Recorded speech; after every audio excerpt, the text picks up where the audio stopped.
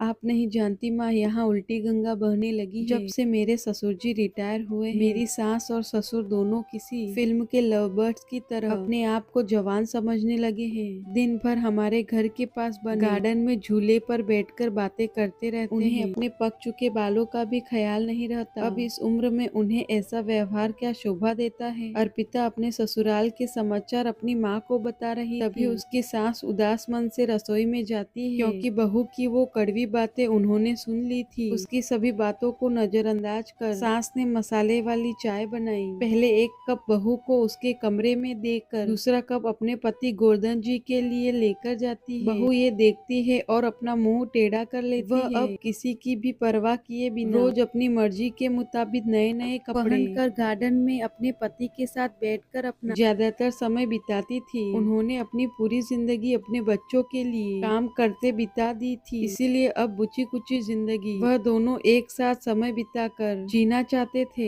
बंगले जैसा घर पति पत्नी का सपना था और उन्होंने बड़ी मेहनत से उसे पूरा भी किया था। सुमित्रा जी ने घर के सामने बड़े प्यार से उस गार्डन को बनाया था और वहाँ पर कई फूल के पौधे और वेले उगाई थी। उनके उगाए चंपा, जसवंती, मोगरा, गुलाब ऐसे दर्जनों फूलों की खुशबू से उनका गार्डन हमेशा महकता रहता था। अलग अलग ऋतुओं में सुमित्रा जी अलग अलग सब्जियां भी अपने उस गार्डन में उगाया करती। रसोई के लिए धनिया, पुदीना और मेथी उन्हें कहीं बाहर से खरीदनी नहीं पड़ती थी। इतने सालों तक काम की भाग दौड़ में गोवर्धन जी कभी भी इस जगह का आनंद ले नहीं पाए थे, लेकिन अब उनका पूरा खाली समय इसी जगह पर बीतता था। दरअसल एक और छोटा सा घर वह बना सके इसलिए उन्होंने वह जगह खरीदी थी, लेकिन अब वह संभव नहीं था। सुमित्रा जी को अपने बनाए उस गार्डन में एक झूला चाहिए था जो उन्होंने ला कर दिया था, और अब वही झूला उनको एक दूसरे के साथ ज्यादा से ज्यादा सुखमय समय बिताने का जरिया बन गया था। उन्होंने अपने घर में सभी जरूरी चीजों की और बाकी ऐशो आराम की चीजों की कोई कमी नहीं रखी। फिर भी बहू को दोनों का उस झूले पर बैठकर समय बिताना खटकता था। पहले दिन भर उसके साथ रहने वाली सास अब ज्यादा समय अपने पति को देने लगी अपने सास ससुर को टॉइंट मारने का एक भी मौका अर्पिता नहीं छोड़ती थी। वह हमेशा अपना दिमाग उनको उस जगह से हटाने के लिए लगाती, और एक बार उसने ऐसा करने के लिए एक षड्यंत्र भी रचा। अभी तुम्हें नहीं लगता हमें एक बड़ी कार लेनी चाहिए? अर्पिता ने अपने पति से कहा। आइडिया तो अच्छा है, लेकिन कार रखने के लिए जगह कहाँ है हमारे पास? एक ही छोटा सा गैराज है जहाँ सिर्फ एक कार के लिए जगह है। अभी ने चिंता वाले स्वर में कहा। कौन कहता है जगह नहीं है?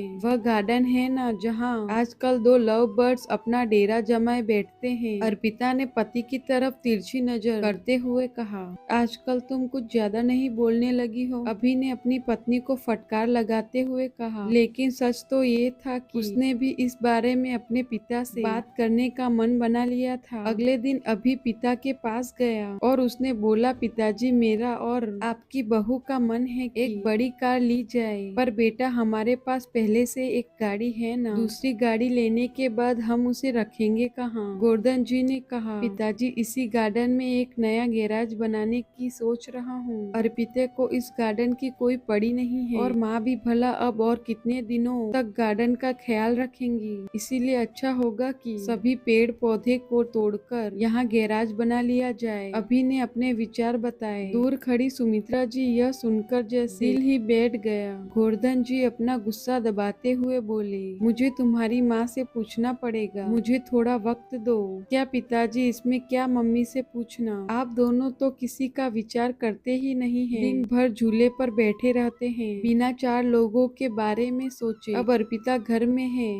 छोटे बच्चे भी हैं घर में और आने जाने वाले लोग भी तो आपको कैसे देखते हैं, आप किसी का विचार नहीं करते। अभी थोड़ा चिढ़ते हुए ही बोला। अंदर से अर्पिता की बड़बड़ भी चालू ही थी। गोवर्धन जी भी कुछ नहीं बोल पाए। उस दिन बेटे और बहू ने बाहर से अच्छा खाना मंगवाया था, लेकिन सुमित्रा और गोवर्धन जी गले से निवाला ही नहीं उतर रहा था। उस पूरी रात दोनों ही जागते रहे थे, लेकिन सुबह सुबह कुछ विचार आने से गोवर्धन जी के चेहरे पर मुस्कान आ गई थी। थी। गोवर्धन जी खुद रसोई में जाकर चाय बनाकर लाए थे, लेकिन सुमित्रा जी इतनी निराश थी कि वह आज बगीचे में किसी भी पेड़ पौधे को पानी तक डालने नहीं गई थी। पूरा दिन तो बड़ा ही नॉर्मल तरीके से गुजरा था, लेकिन शाम को अभी की आंखें फटी की फटी रह गई थी जब उसने घर के आगे घर भाड़े देना है का बड़ा बोर्ड पड़ा था। अभी ने गोवर्धन जी से कहा, पापा माना कि हमारा घर बड़ा है, लेकिन इसका मतलब यह थोड़ी है कि हम उसे भाड़े से दे दें। बेटा, अगले महीने मेरे साथ काम करने वाले शर्मा जी रिटायर हो रहे हैं और वही अब इस घर में भाड़े से रहेंगी। गोवर्धन जी ने कहा, लेकिन वह कहाँ रहेंगे? अभी ने अपनी शंका भरा सवाल पूछा। घर के उस हिस्से में जहाँ तुम रहते हो। गोवर्धन जी ने कड़क आवाज से कहा। और पापा, हम कहाँ रहेंगे? नरम पड़ती आवाज से अभी ने पूछा। बेटा, मैं जानता हूँ कि मैंने तुम्हें इस लायक तो बनाया है कि तुम अपने पैरों पर खुद खड़े हो सको, इसीलिए तुम्हारे पास 1 महीना है। तुम अपने लिए नया फ्लैट ढूंढ लो या कंपनी के फ्लैट में रहने चले जाओ।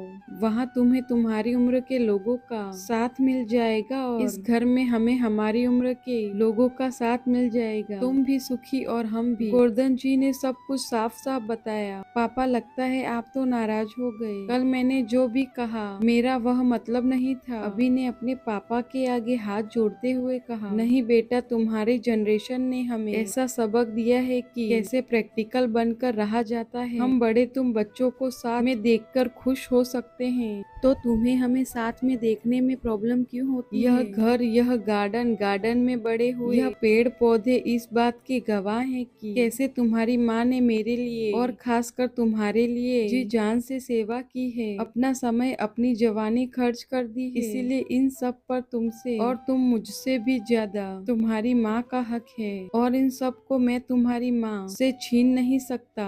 गोवर्धन जी ने अपनी पत्नी की तरफ देखकर कहा, जाने अनजाने में हम हमेशा यह गलती कर बैठते हैं। हम सोचते हैं कि हमारे बड़े बूढ़े हमारे हिसाब से जीवन जिए, ऐसा करवाने के लिए हम उन पर अपने विचार थोपने लगते हैं, लेकिन हम यह भूल जाते हैं कि उन्होंने हमारे लिए कितना त्याग किया है और जब उन्हें उनके हिसाब की जिंदगी जीने का मौका मिलता है तब उनका साथ देने के बजाय हम उनके विरोधी बन जाते हैं।